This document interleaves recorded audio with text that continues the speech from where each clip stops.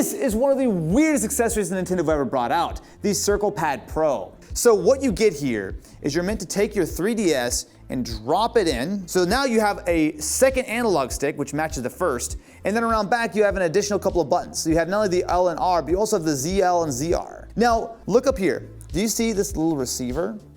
So when you drop the 3DS in, there's a little IR blaster here. It is essentially using IR to connect to your 3DS. Is that incredibly stupid and dumb? Yes, yes it is. But technically, it does work.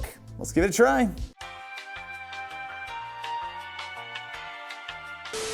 And now that we have the correct version of Luigi's Mansion, let's play, shall we? So in Luigi's Mansion, I can use the right stick to rotate. I can also use the ZR button, and I could then look up and down with Luigi, which is nice, but a game like this doesn't really take that much advantage of it. A couple of other titles do. I will say it does make the 3DS significantly more comfortable to hold, but it's kind of big, it's kind of bulky. So while this is a neat idea, it clearly was one of those destined for the scrap heap of Nintendo history, like, you know, the Virtual Boy, and the Wii U, and